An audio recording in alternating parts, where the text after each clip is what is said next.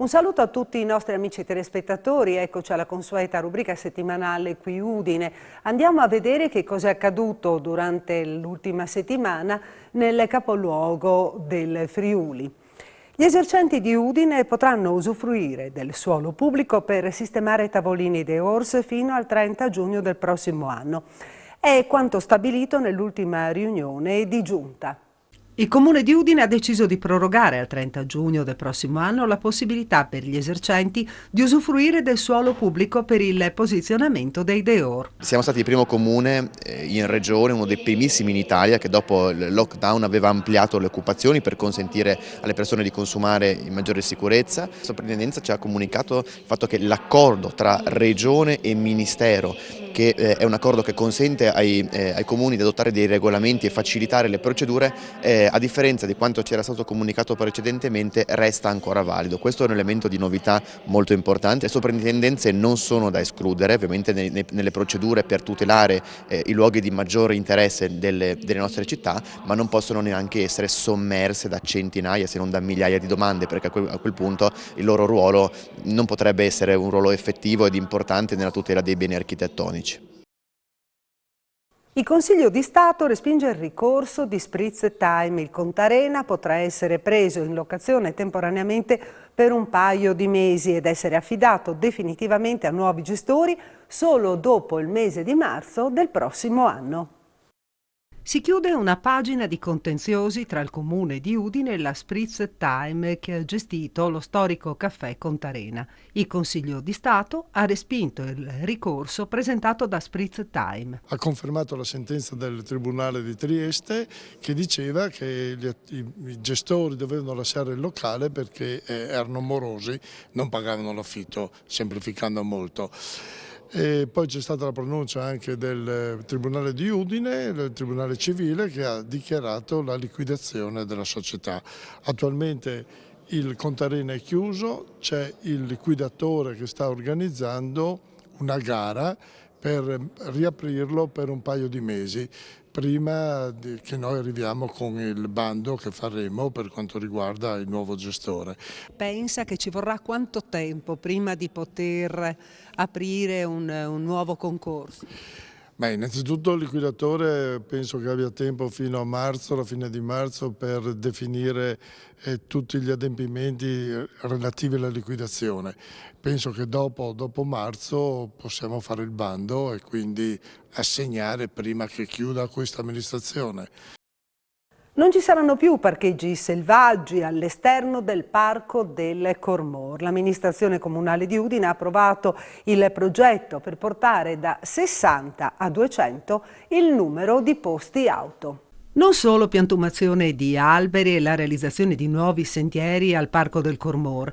L'amministrazione comunale di Udine punta ora anche ai parcheggi e ne prevede ben 200 con un intervento di 900.000 euro. Viene praticamente triplicato l'area di sosta con un sistema drenante, ma soprattutto con un rifacimento del deflusso delle acque particolari, una illuminazione che renderà veramente un punto di entrata in città al Parco del Cormor unico nel suo genere. La Giunta Comunale ha anche deciso di apportare una variazione alla spesa per la realizzazione della palestra di roccia nell'area dell'ex caserma Osoppo. L'importo è stato portato da 3.200.000 euro a 3.900.000 euro a causa dell'incremento dei costi. Abbiamo già avuto 2 milioni dalla Regione, questo sì, ci manca 1,9 milioni, contiamo, abbiamo già fatto la richiesta anche di nuovo alla Regione, altrimenti se ci manca qualcosa lo metteremo noi, ma sicuramente adesso andiamo avanti come schedule per quanto riguarda il progetto definitivo esecutivo e poi l'inizio dei lavori che non vedo l'ora di iniziare. Il Comune di Udine semplifica la burocrazia per i piani di recupero degli edifici del centro storico, approvando una variante al piano regolatore. Il Comune di Udine ha dato il via alla variante del piano regolatore per i piani di recupero degli edifici nel centro storico cittadino. Con questa istruttoria diamo il via a una nuova variante al piano regolatore già anticipata più volte durante le approvazioni dei piani di recupero, cito quello della Quiete, Borgo Pracchiuso, Via Villalta, Magrini, proprio per la stessa finalità di quei piani di recupero, quindi la trasformazione delle zone A1 in zone A3, cioè nelle zone dove adesso in A1 è previsto solo un intervento di tipo risanativo conservativo, andiamo a trasformarle in A3 dove è prevista quindi la ristrutturazione edilizia. E questa riclassificazione in qualche modo va quindi a promuovere la riqualificazione del patrimonio nel centro storico. Il nuovo strumento accelererebbe i tempi per ottenere i permessi. Noi abbiamo già comunque fatto degli interventi importanti per il centro più urbanizzato, il centro storico, come ad esempio la delibera del piano casa, la modifica al regolamento edilizio, appunto l'utilizzo dei piani di recupero, però attivare ogni volta per ogni istanza un singolo procedimento di adozione e approvazione capirete che è molto lungo. Fare invece una variante generale al piano regolatore andrebbe a sistemare anche per tutte le nuove istanze pro futuro una situazione che va sistemata. L'indice di gradimento dei servizi erogati dal Comune di Udine nel 2022 è dell'85%. È quanto emerge dal referto del controllo di gestione, un documento di oltre 100 pagine che per prassi ora deve essere anche inviato alla Corte dei Conti. Dal referto del controllo di gestione del Comune di Udine, che viene inviato anche alla Corte dei Conti e che fotografa i servizi svolti dal Comune stesso in un anno, emerge che l'indice di gradimento complessivo è dell'85%. L'indice di gradimento è dell'85% e quindi è un risultato diciamo più che buono per i servizi svolti dal Comune. Veniamo poi da 2 anni piuttosto difficili, quindi l'anno scorso non c'erano neanche tutti i servizi, quindi è difficile compararlo diciamo con il passato, ma diciamo che i risultati sono appunto più che buoni e quindi anche questo ci soddisfa e i risultati migliori forse sono quelli che riguardano diciamo soprattutto il servizio dell'anagrafe e no, insomma carte d'identità che di solito insomma si sentivano commenti di ogni genere, invece riguardante insomma le carte di rilascio delle carte d'identità, i cambi di residenza e cose così e i risultati anche che diciamo possono colpire il lettore sono l'esito dei questionari somministrati ai bambini e ai ragazzi che hanno utilizzato sia i centri estivi che i doposcuola delle scuole elementari, che